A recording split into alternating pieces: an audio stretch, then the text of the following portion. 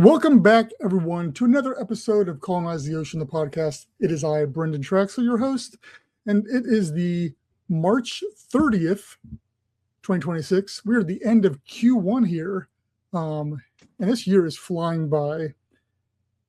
Little deviation last week, so we're back on track. We're talking about tech and stuff along those lines. And this week, we're going to talk about closed loop. There's a word I'm missing there. Anyway, we kind of tiptoed around it a couple weeks ago when we were talking about different tech. But this week, I want to get into a little bit more about the whole entire life support system and not just water and air, which we kind of talked about before, even though that's really heavily implied in this. But to this day, there has never been an underwater habitat put out there that's really been truly closed loop. Aquarius, Jules, the only two that are really still out there today, they rely heavily on umbilicals. Now, I know Aquarius has some scrubbing that goes on to scrub out, they use like charcoal filters and all that kind of stuff to purify the air and to keep the CO2 and all that in a place of steadiness so that people aren't passing out and dying down there. But that's not really what we're talking about here. We're looking more towards what NASA's been doing with the space station and other stuff coming up along those lines. And the key to any underwater habitat, I think, is ultimately to get to that point in time where we are fully closed loop, which means we're not relying on the surface or land for anything that we need for the most part. Now, for the foreseeable future, we will always be dependent upon land for food and for supplies and stuff along those lines, especially as we're just starting off with smaller habitats, even smaller colonies.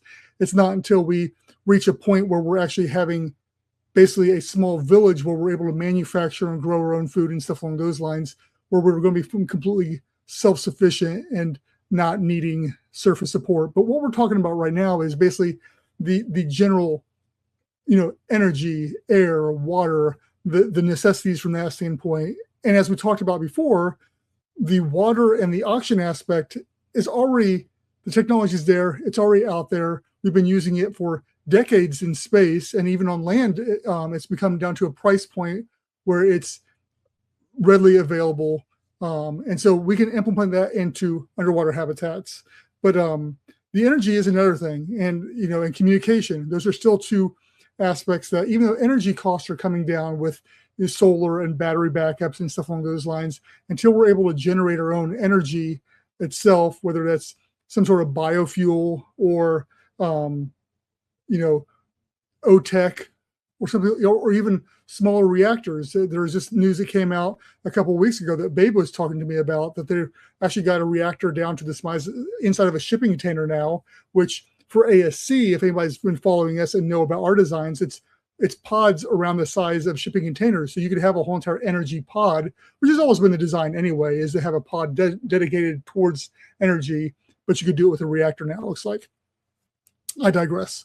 So that's kind of where we're at. And so because there has been no habitat there, that's one thing Deep is looking at doing. And they've got plans to really test some of this out there as far as trying to be as self-sufficient and closed loop on as much of the energy, the water, oxygen, all that type of stuff that they can. And so we'll be seeing what they're able to test out here with Vanguard, but further on down with their Sentinel program. And likewise, ASC, as we get, our prototype out there and just test some of the waters, no pun intended, as to all this. And then we're able to start building off modules dedicated to these different areas to make them self-contained so we can repair or fix or add to, subtract to, etc. But obviously the end goal for all this is not to rely on the landlubbers. I guess it's all pirate talk. But to focus on what we need to do to become our own independent underwater civilization. And while I am not striving for that as far as any time in the near future, I think there's a lot that needs to be done, that we can rely on umbilicals and land support and stuff like that to cut down on costs more than anything. But as far as redundancies and stuff as well, I think we need to be testing those technologies now so that we can iterate on those, get them smaller, get them more cost effective, and get them into a format where we can do better. And I think that, part of it is for space analogs. That's one thing where, Aquarius has come in the past and others are looking at as well as is you've got underwater habitats have always been these space analogs. And as we move forward with those two, understanding these technologies that can be put into space are important for here as well.